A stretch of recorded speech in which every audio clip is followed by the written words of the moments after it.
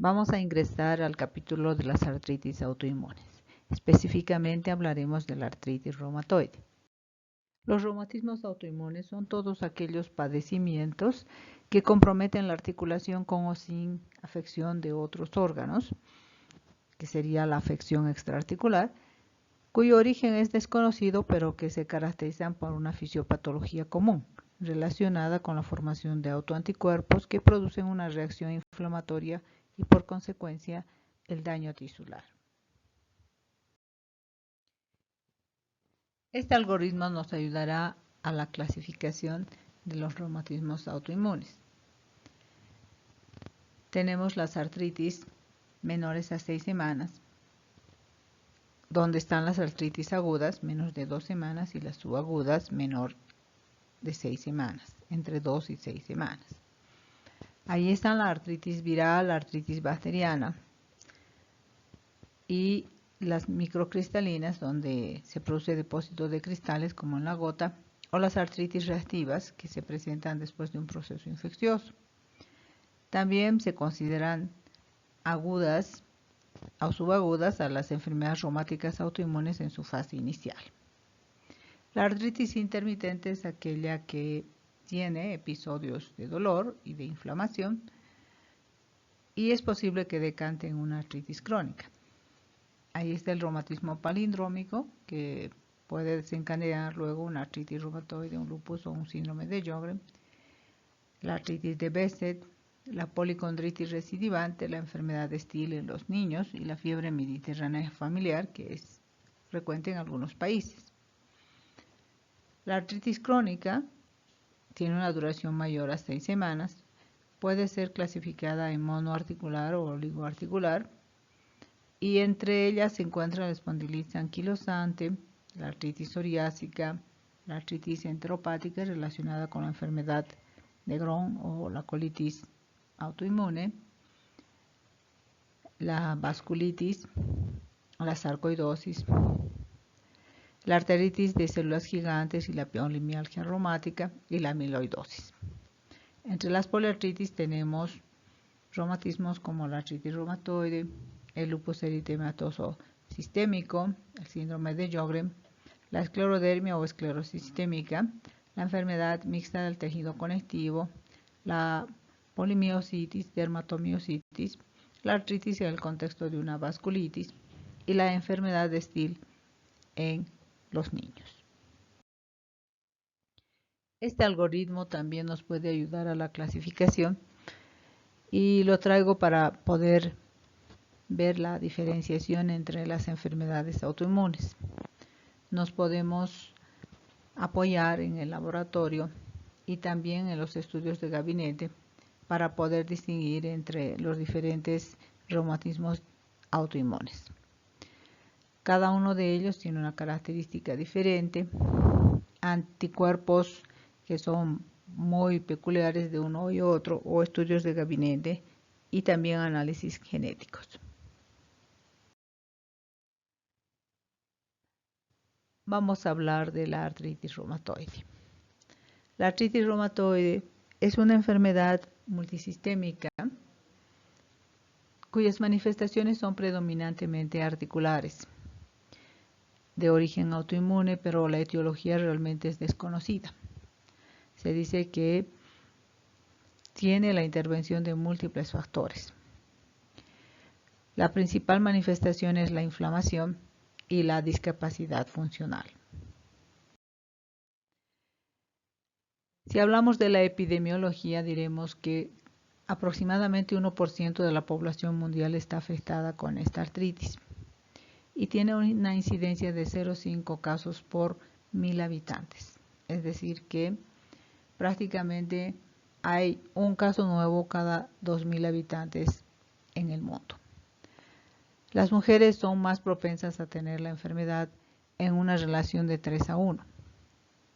Y la enfermedad suele ocurrir entre los 20 y 60 años de edad, aunque es mucho más frecuente entre los 40 y 60 años. La prevalencia aumenta con la edad. De hecho, se ha visto que mujeres de 60 a 64 años suelen tener 6 veces más artritis reumatoide que las de 18 a 29 años.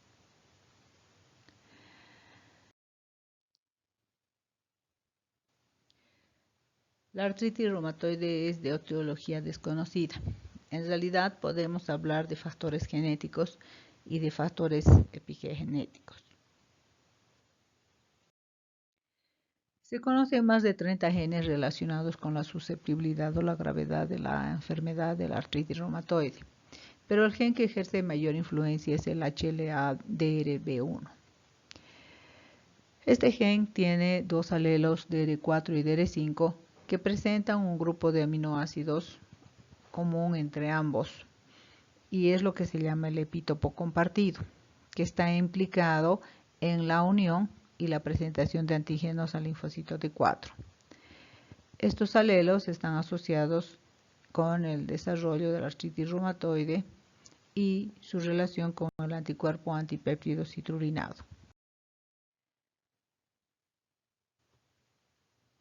La susceptibilidad genética de los pacientes se revela porque la afectación de la enfermedad puede presentarse en varios miembros de la familia. Es más, suele ser más frecuente entre gemelos homocigóticos. Y la asociación de la artritis reumatoide con algunos antígenos de histocompatibilidad. Se cree que esta susceptibilidad genética viene a ser influenciada por una serie de factores ambientales que transforman la reacción inmunitaria normal en una autoinmunidad en principio sin repercusiones, benigna, para luego transformarse en una autoinmunidad patológica que se traducirá en una enfermedad clínica.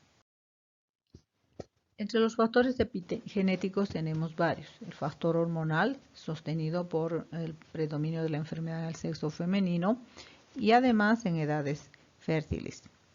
El factor socioeconómico, donde se muestra que la enfermedad es más frecuente en niveles socioeconómicos bajos y de menor educación. El factor dietético, relacionado con algunos alimentos, aunque no se ha podido demostrar que exista un alimento que directamente produzca artritis reumatoide, y se ha descartado el efecto de las carnes sobre la enfermedad, se ha visto el efecto beneficioso de los aceites de pescado y el omega 3 en la resolución de la inflamación. Últimos estudios han mostrado la relación de la artritis reumatoide con cuadros de intestino permeable, que están relacionados con intolerancia al gluten, intolerancia a la lactosa y otras causas de inflamación crónica del intestino.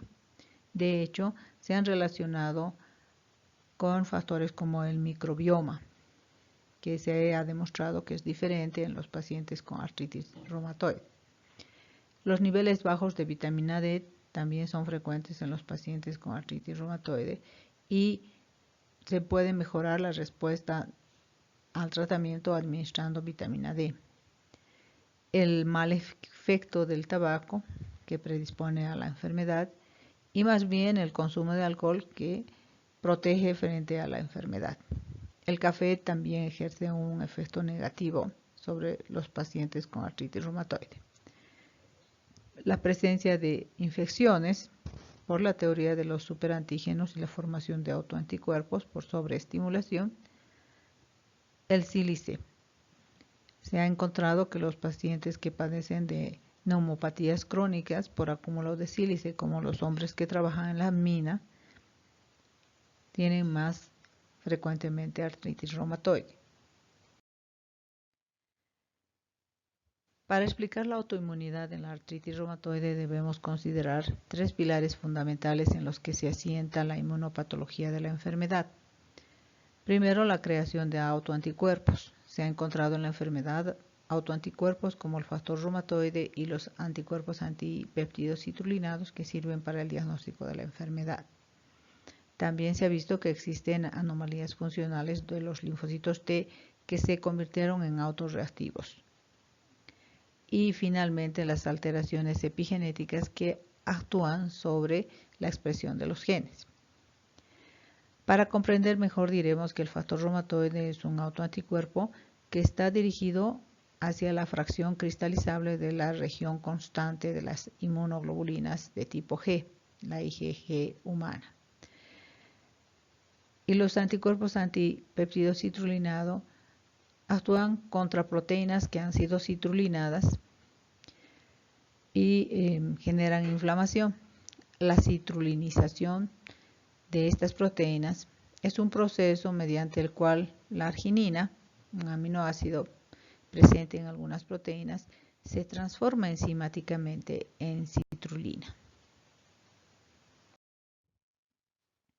Dentro de la patogénesis, entonces, debemos decir que son los leucocitos en el líquido sinovial los que producen las interleuquinas que van a llevar a la inflamación y a la activación de las células residentes del lugar, con un aumento en la producción de un líquido sinovial inflamatorio. La característica principal de la artritis reumatoide es precisamente la inflamación crónica de la membrana sinovial por una activación anómala del sistema inmune. La membrana sinovial es invadida por células de la estirpe monocito-macrofágica y linfocitos T y B, además de algunas células mastocitarias. Se produce la hipertrofia sinovial que recubre el cartílago articular como consecuencia del crecimiento y la hiperplasia de los sinoviocitos, que se disponen en capas intercalándose con los macrófagos. Esta membrana sinovial hiperplásica infiltrada necesita un mayor aporte nutritivo y por lo tanto estimula la neoangiogénesis. De esa manera se forma el panus. El panus suele desarrollarse en el lugar donde se va a producir una futura erosión, es decir, que está directamente relacionada con la destrucción del cartílago articular y el hueso subcondral. En esta lámina estamos tratando de demostrar lo que se acaba de decir con la llegada de las células leucocitarias dentro de la articulación y el desencadenamiento de la respuesta inmune anómala, la transformación de osteoblastos en osteoclastos que aumentan la resorción ósea, la hipertrofia de los sinoviocitos y la hiperplasia, la formación del panus, la transformación de los mismos condrocitos, etc. En esta lámina tratamos de representar la reacción inmunitaria que se produce dentro de una articulación afectada por artritis reumatoide y la causa de la sinovitis reumatoidea.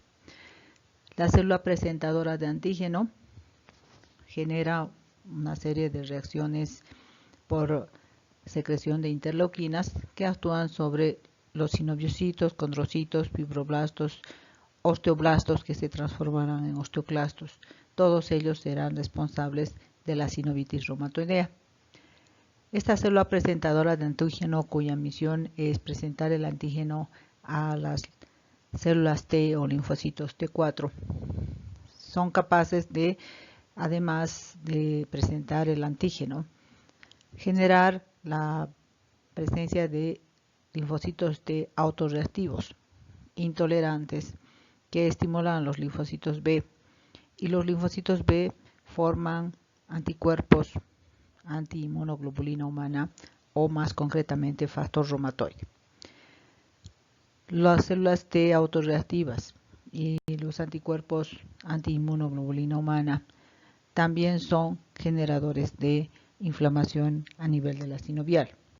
En esta lámina también se está demostrando lo que pasa a nivel de la sinovial, la transformación de varias células residentes como osteoblastos, fibroblastos, condrocitos, estimulados por las interleuquinas liberadas por los macrófagos y también los linfocitos T4, que son los receptores del antígeno y la estimulación de las células B que se transformarán prontamente en células plasmáticas y producirán los anticuerpos, y en este caso la presencia de autoanticuerpos como el factor reumatoide. Asimismo, la célula T es capaz de seguir interactuando con el macrófago, perpetuando la reacción inmunitaria y obviamente desencadenando una inflamación que no suele ceder. La producción de metaloproteináceas y otras moléculas van a producir obviamente las erosiones y van a estimular para que se produzca mayor inflamación. Para hacer el diagnóstico de la artritis reumatoide existen los criterios diagnósticos. Son 7 criterios, de los cuales el paciente debería cumplir 4 por lo menos. Los primeros 4 deben tener la duración por lo menos de 6 semanas. Entre ellos están la rigidez matutina de 1 hora, la tumefacción simultánea de 3 o más articulaciones, la tumefacción de manos o muñecas, la tumefacción simétrica, tanto derecho como izquierdo, la presencia de nódulos reumatoides, la presencia de factor reumatoide y cambios radiológicos típicos de la enfermedad, como son las erosiones o la osteoporosis yuxtaarticular. En esta lámina tratamos de demostrar lo que ocurre en la artritis inicial.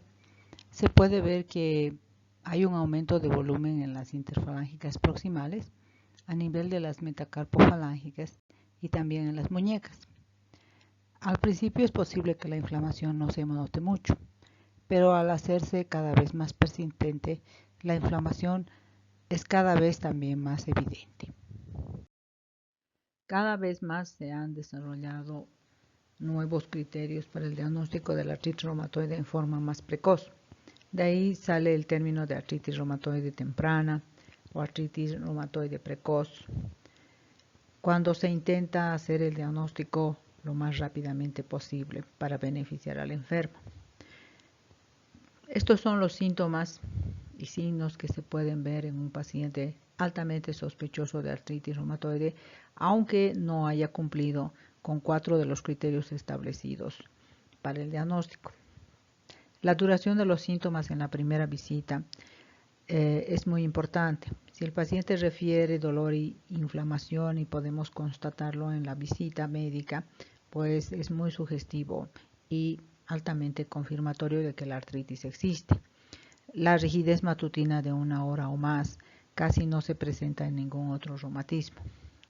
Que la artritis sea en 3 o más articulaciones, independientemente de si son grandes o pequeñas, es muy sugestivo, aunque el dolor y la inflamación de articulaciones pequeñas es mucho más indicador de que se trata de artritis reumatoide. El dolor bilateral a la compresión de las articulaciones metatarsofalángicas también suele ser muy sugestivo. Casi no hay reumatismos que afecten a estas articulaciones.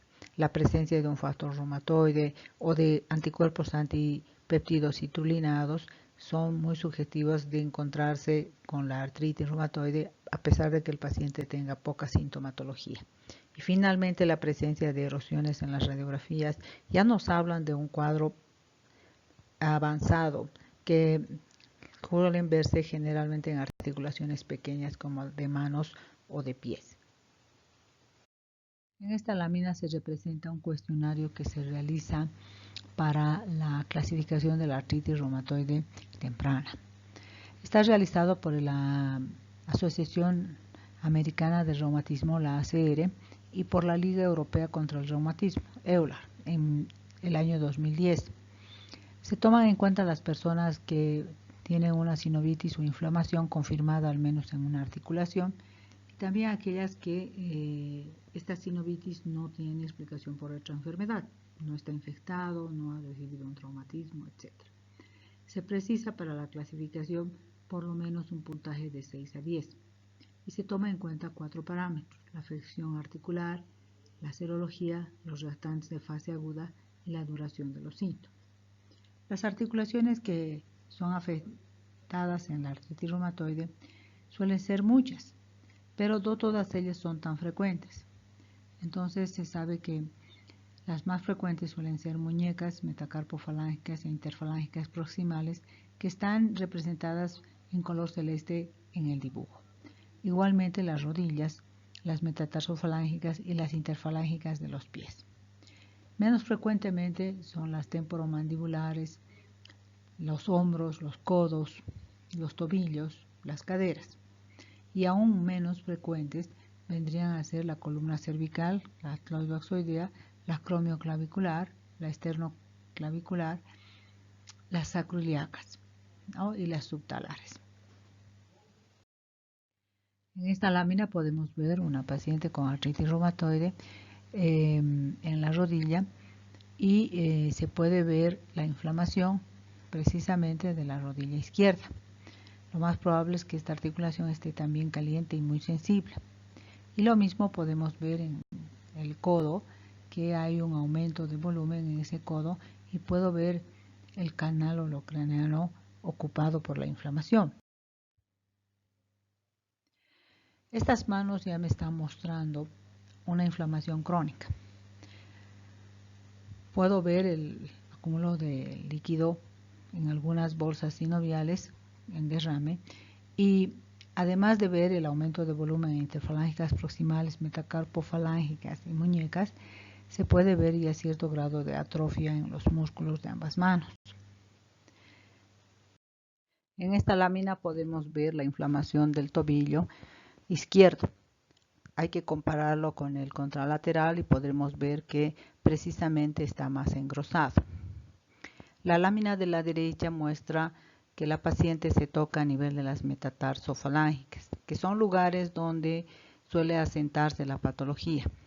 Muchas veces la afección crónica lleva precisamente a la subluxación de estas articulaciones y a la creación de nuevos lugares de asentamiento del pie. Entonces se crea el callo delantero centro, que es muy peculiar de los pacientes con artritis reumatoide, donde su mayor punto de apoyo es la segunda o tercera metatarsofalágica. Además, tenemos el típico hallux valgus ocasionado por la subluxación de la primera metatarsofalágica. La artritis reumatoide también puede tener manifestaciones extraarticulares.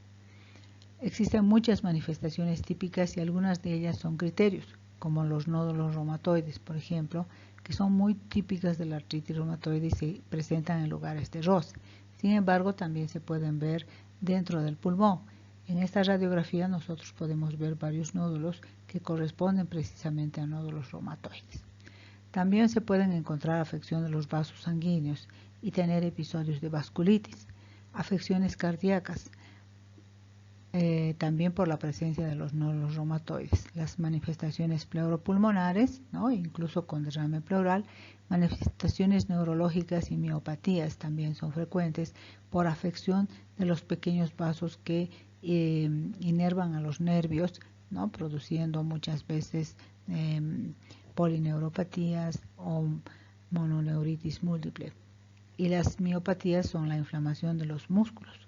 Manifestaciones oculares, como veremos, por atrofia de las glándulas lacrimales, pero también por afecciones vasculares a nivel de la retina.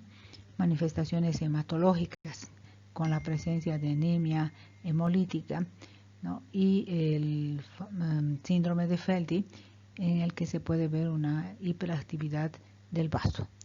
Enfermedades óseas, porque esta enfermedad puede asociarse a una osteoporosis precisamente ocasionada por la inflamación crónica y la inactividad del paciente. Y complicaciones a largo plazo como son la amiloidosis, que es el acúmulo de amiloide en algunos tejidos que puede llegar a ser mortal. Y la sepsis, porque estos pacientes se infectan fácilmente y pueden hacer infecciones generalizadas.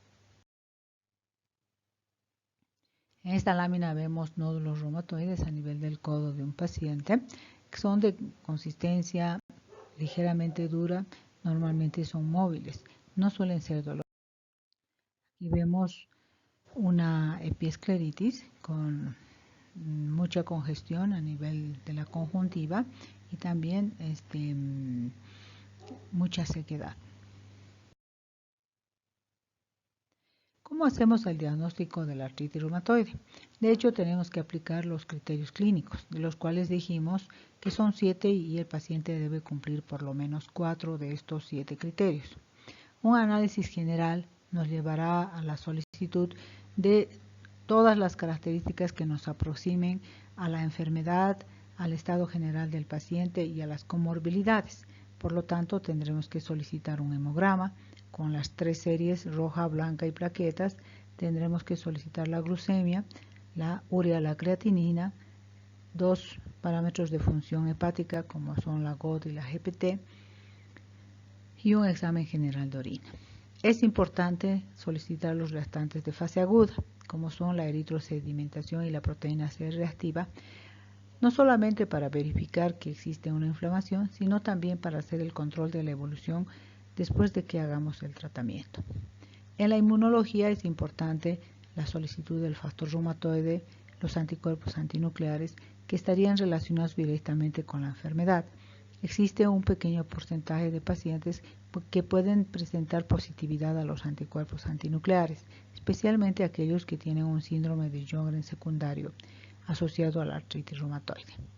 Finalmente, cuando tengamos oportunidad, podemos estudiar el líquido sinovial, en el cual encontraremos parámetros de un líquido francamente inflamatorio. En la radiología vamos a poder ver, por un lado, la tumefacción de partes blandas, cuando sea posible que nos pueda orientar la radiografía, la osteoporosis yuxtaarticular, que es alrededor de la articulación, una osteoporosis sumamente típica de la artritis reumatoide, la presencia de erosiones, que son las que tenemos que ir a buscar en los lugares normalmente afectados con destrucción de la articulación. Muchas veces en pacientes ya crónicos la desviación de la articulación con subluxación o luxación de la articulación. En esta lámina podemos ver en el lado izquierdo una artritis reumatoide inicial. Se puede ver un poco de aumento de partes blandas, por ejemplo, en la muñeca izquierda. Si comparamos en el lado cubital, podríamos ver que hay un aumento de partes blandas en relación a la derecha. Igualmente puedo ver un aumento de partes blandas en la segunda metacarpofalángica en relación a la izquierda y tal vez podría ver también un poco en el dedo índice. En esta placa no se ve que existan grandes alteraciones radiológicas y no existen erosiones. Es así como comienza la paciente con una artritis reumatoide. Si el proceso continúa y no recibe tratamiento, la evolución obviamente es nefasta, ¿no? En la placa de la derecha nosotros podemos ver una artritis reumatoide ya consumada, con una destrucción articular realmente llamativa, donde la pérdida del cartílago articular en las articulaciones ha sido casi completa, con múltiples erosiones y destrucción de las superficies articulares y también con desviación y luxación de muchas de las articulaciones. Comenzando de la muñeca veremos que hay aumento de partes blandas y la radiocúbito-carpiana está totalmente destrozada. No existen ya prácticamente los espacios articulares intercarpianos y hay mucha afección de las articulaciones carpometacarpianas. También vemos la destrucción de casi todas las metacarpofalángicas con subluxación, que está haciendo que la mano tenga una desviación llamada cubital, porque es una desviación hacia adentro. También encontramos graves lesiones en interfalángicas proximales y hasta la lesión ha llegado hasta las interfalángicas distales. El típico pulgar en Z que se presenta en la artritis reumatoide se debe precisamente a una subluxación completa de la interfalángica de ambos pulgares y de las primeras metacarpofalángicas. Si nosotros miramos con detenimiento y con más detalle lo que ha pasado en las articulaciones metacarpofalángicas, veremos que las superficies óseas han sido precisamente erosionadas, ¿no? Y por esa razón no conservan su integridad. El cartílago ha sido destruido y hay una proximidad entre las superficies articulares, tanto de los metacarpianos como de las falanges, ¿no? Entonces es por eso que se produce precisamente la desviación cubital con la subluxación de estas articulaciones. En esta lámina podemos ver las radiografías de los pies de un paciente con artritis reumatoide. Se puede ver la osteopenia yuxtaarticular, precisamente en las articulaciones comprometidas, tanto las cabezas de los metatarsianos como también las partes proximales de las falanges. Y se puede ver erosiones en las cabezas de los metatarsianos, como también se ve erosiones a nivel de las falanges del primer ortejo o hallux, un ligero hallux valgus. En la radiografía de la derecha se puede ver las rodillas que han sufrido una destrucción del cartílago articular. Es una característica de las artritis, especialmente la artritis reumatoide, que el pinzamiento articular sea en forma uniforme, es igual tanto al lado derecho como al izquierdo. Eso lo diferencia de una osteoartritis o artrosis, donde el pinzamiento suele ser generalmente a predominio interno o externo. Podemos ver en la rodilla de la derecha que existe una imagen de una erosión en el lugar precisamente donde se asienta la cápsula articular. Es lo más típico de la enfermedad que las erosiones sean a ese nivel. También podemos ver en la cadera, ambas caderas están comprometidas, precisamente se ve una disminución del espacio articular y un empotramiento muy llamativo de ambas caderas hacia el hueco pélvico, que es lo que suele normalmente suceder. Y en la columna lumbar, la articulación más afectada es la cloidoxoidea. Cuando se hace una radiografía con flexión extrema del cuello, se puede ver que hay un desplazamiento precisamente de la cloidoxoidea, y se puede ver un espacio entre la apófisis odontoides y la parte anterior del atlas. Eso nos está hablando de que puede haber un tejido de tipo panus a ese nivel que cause una erosión, y es sumamente peligroso porque podría haber una fractura y un desplazamiento severo y una sección medular, y eso podría dejar parapléjico al paciente. Actualmente hay que decir que el estudio imagenológico de la artritis reumatoide se está realizando también con otros métodos, como por ejemplo el ultrasonido. El ultrasonido es un método que nos ayuda a apreciar las lesiones a nivel del cartílago, la sinovial y la superficie de los huesos. Es capaz de detectar fases tempranas de inflamación, sinovitis, tenosinovitis, presencia de neoangiogénesis, derrames y además erosiones en el caso de la artritis reumatoide. También tenemos la tomografía axial computada, que puede mostrarnos pequeñas erosiones que pasan desapercibidas en los estudios radiológicos convencionales. Y la resonancia magnética, que ha venido a ser un arma muy útil en las fases tempranas de la enfermedad, prácticamente es el único método que logra detectar el edema óseo, que puede presentarse en fases iniciales de la enfermedad, y de esa manera ayudarnos en el diagnóstico de una artritis reumatoide temprana. En estas láminas tratamos de demostrar los beneficios de la ecografía. Se puede ver una mano en la cual se está poniendo el transductor en una zona que suele ser afectada por la artritis reumatoide, y se pueden encontrar desde derrames dentro de la articulación con distensión de la cápsula. También se puede encontrar actividad precisamente inflamatoria a través del ecodoppler, que nos va a mostrar si existe una sinovitis. El diagnóstico y tratamiento precoz de la enfermedad permitiría detener la inflamación, prevenir el daño estructural. De esa manera no se perdería la función y tampoco se daría lugar a la incapacidad que produce la enfermedad. Reduce además la carga económica, como se ha podido verificar en muchos estudios que se han hecho. El tratamiento de la artritis reumatoide debe ser enfocado hacia la disminución del dolor y la inflamación, pero también la búsqueda de la remisión de la enfermedad.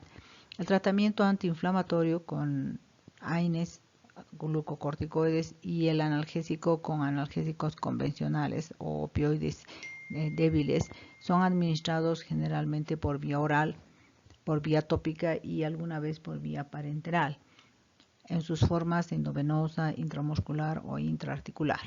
Los fármacos inductores de remisión buscan precisamente la inactividad del proceso inflamatorio. Se hace a través de la terapia convencional y la terapia biológica.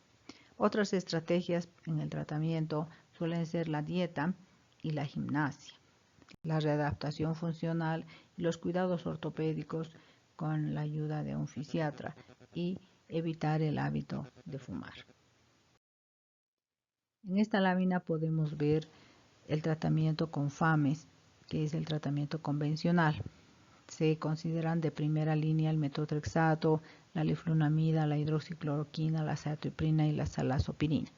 Cada vez se van dando los biológicos en etapas más iniciales de la enfermedad.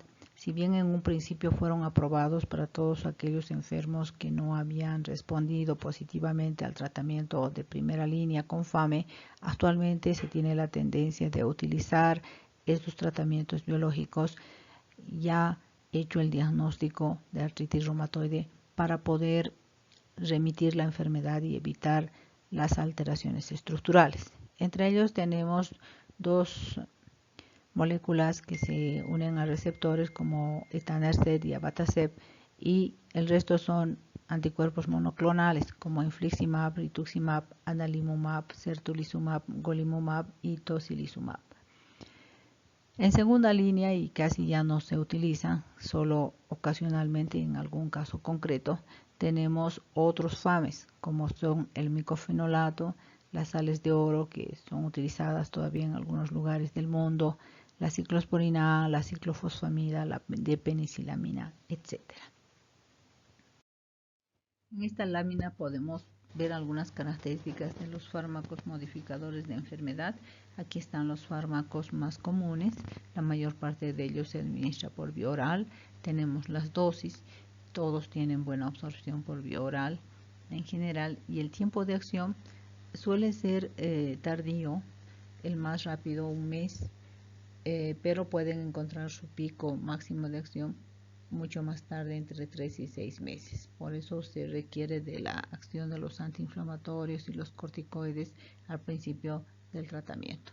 La mayor parte de ellos se elimina por el riñón y se metaboliza en el hígado. Bueno, en esta tabla no intento que se aprenda de memoria, pero muestro algunos detalles en cuanto a su administración. Los biológicos generalmente se administran por vía subcutánea, parenteral o endovenosa, cada 2 o 4 semanas, y algunos de acción más larga se lo hace cada 6 a 8 semanas y hasta cada 6 meses, dependiendo del biológico. Entonces los efectos adversos también suelen ser bastante abundantes, requieren de experiencia y requieren de vigilancia. La mayor parte de ellos están relacionados con alergias, reacciones de hipersensibilidad o con infecciones del tracto respiratorio, urinario, a veces infecciones oportunistas como la tuberculosis, aspergilosis, citoplasmosis, neumonías por Pneumocystis carini o citomegalovirus. Las contraindicaciones generalmente están relacionadas también con eso. Si el paciente ya presentó alergia a algún biológico de la misma familia, pues en lo posible no darlo. Si hay una tuberculosis activa, si hay insuficiencia cardíaca o si hay embarazo.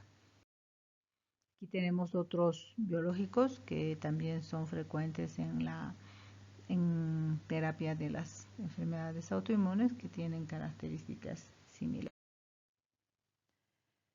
¿Cuáles son las propiedades generales del tratamiento de fondo o tratamiento específico?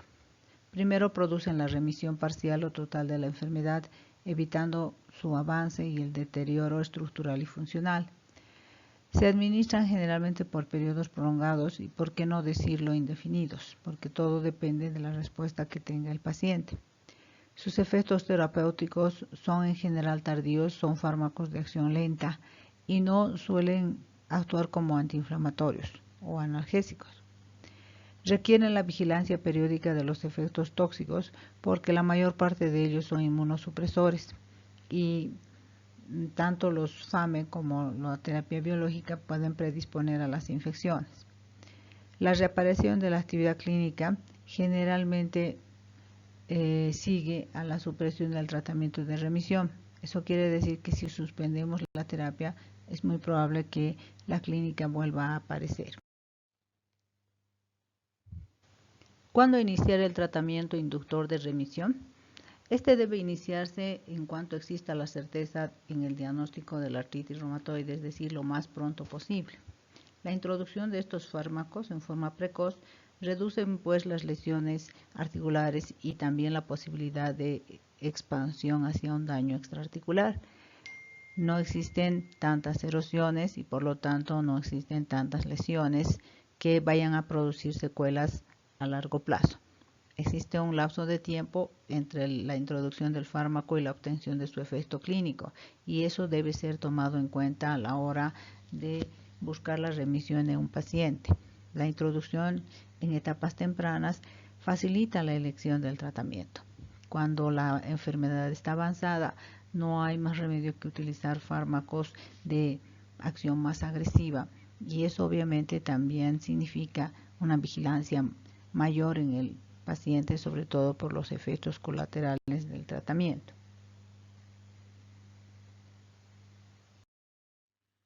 ¿Quiénes necesitan el tratamiento? Todos aquellos pacientes que cumplen los criterios de diagnóstico y aquellos que tienen el anti-CCP positivo o el factor reumatoide positivo. Si el paciente tiene 4 o más articulaciones inflamadas y el mismo número de articulaciones dolorosas, una BCG elevada y la evidencia de algún daño erosivo de manos o pies, son candidatos a recibir una terapia intensiva, que sea lo suficientemente agresiva como para detener la enfermedad. Existe un parámetro para poder medir la funcionalidad del paciente, que es el test HAQ. Cuando este test es mayor a 1.5 y se indica que existe la necesidad de un tratamiento intensivo. En esta lámina tratamos de mostrar los factores de mal pronóstico. Pueden estar relacionados con la enfermedad o relacionados con el paciente. El tener múltiples articulaciones inflamadas es un factor de mal pronóstico, habla de agresividad. Igualmente, si el factor reumatoide, la proteína C reactiva y la BCG están muy elevadas y no responden a la terapia. La presencia de nódulos reumatoides también están relacionados con enfermedad grave y las erosiones tempranas, especialmente en los pies, que pueden ser detectadas actualmente con métodos más sensibles que la radiografía convencional. Relacionados con el paciente tenemos como factor de mal pronóstico la presentación en edades extremas, sea temprana, un adulto joven o muy tardía, mayor de 65 años. Que exista una comorbilidad asociada, especialmente diabetes, enfermedad cardiovascular, es un factor de mal pronóstico. Un bajo nivel educativo, un bajo nivel socioeconómico, están relacionados con mal pronóstico por la actitud que el paciente toma frente a la enfermedad. Que no lo evalúe el médico reumatólogo tempranamente y se tarde mucho en hacer el diagnóstico o el inicio del tratamiento, también son factores de mal pronóstico. En esta lámina podemos ver secuelas de una enfermedad agresiva. Arriba y a la izquierda la mano típica reumatoide con engrosamiento de metacarpofalángicas y semiflexión de las mismas por una subluxación de la articulación.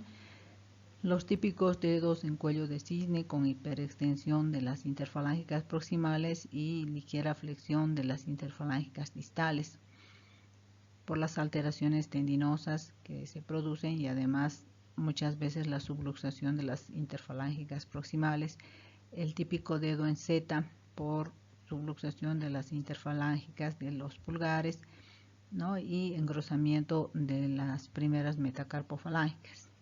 En la parte del centro podemos ver una mano en la que las lesiones han hecho prácticamente ya la capacidad de prensión bastante nula, está paciente ya no puede sostener prácticamente nada con las manos. Los pies que se ven arriba son los típicos pies reumatoides, igualmente con una luxación de las primeras metatarsofalángicas, y muchas veces hay también subluxación del resto de metatarsofalángicas. Un callo delantero centro en la parte plantar dificulta mucho la caminata, porque suele ser muy doloroso. Las rodillas también pueden desviarse en valgo en este caso, pero a veces hay casos en los que una de las rodillas se desvía en valgo y la otra en varo. Los talones también suelen verse en valgo. Hay desviación de los tobillos y desciende el arco plantar, haciéndose pies planos. Entonces, como verán, es muy difícil para el paciente caminar. El tratamiento quirúrgico muchas veces es la única forma de restaurar a un paciente. Habíamos visto que existen muchos procedimientos que pueden realizarse en estos pacientes. La artroscopía nos puede ayudar a hacer una limpieza articular, una sinovectomía, el retiro de algún cuerpo libre que estaría obstaculizando la articulación, y la artroplastía nos ayuda en el reemplazo parcial o total de una articulación que está totalmente estropeada. Se deben hacer antes de que el paciente esté totalmente deteriorado, para que pueda aceptar tranquilamente la intervención. Tenemos la artrodesis cuando fijamos una articulación. La sinovectomía se refiere a retirar la sinovial cuando ésta está demasiado inflamada y es muy resistente al tratamiento. La osteotomía son cortes en el hueso que ayudan a alinear las extremidades generalmente, y la reparación de los tendones cuando se rompen, puesto que es frecuente que estos tendones en manos y pies estén muy frágiles por la inflamación constante y el desuso, y pueden romperse fácilmente. Y tenemos otra serie de intervenciones quirúrgicas que se suele hacer dependiendo de la paciente, dependiendo de la enfermedad, del tiempo de enfermedad.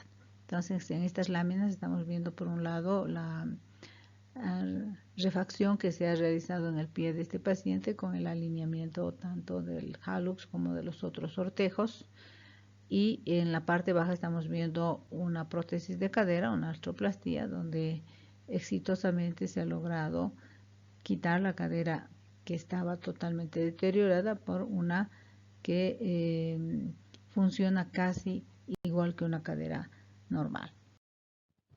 ¿Qué hacemos para controlar y prevenir las complicaciones en la artritis reumatoide?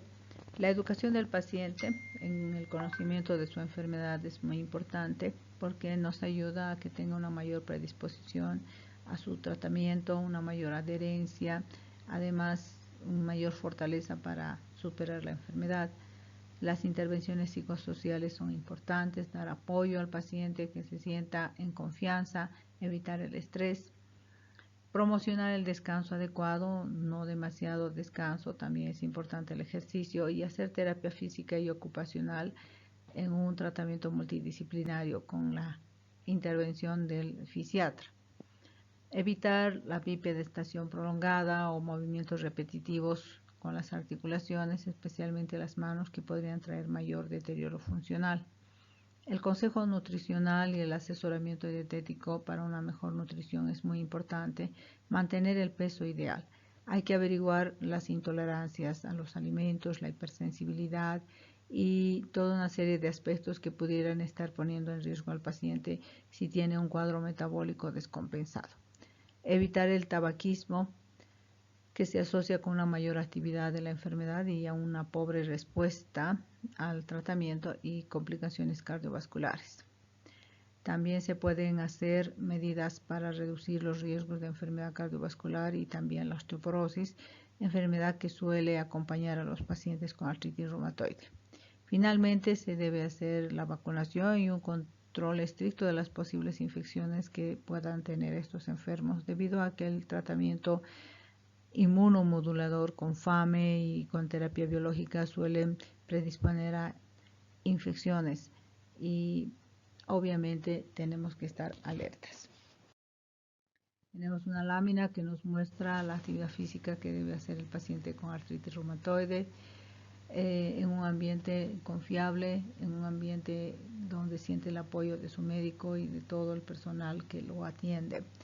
La gimnasia es aplicada a cada articulación, además de ser una gimnasia en general. Muchas veces necesitamos que el paciente aprenda gimnasia para cada una de las articulaciones, hacerle una rutina que le podría ser útil y que tiene que mantener durante toda su enfermedad.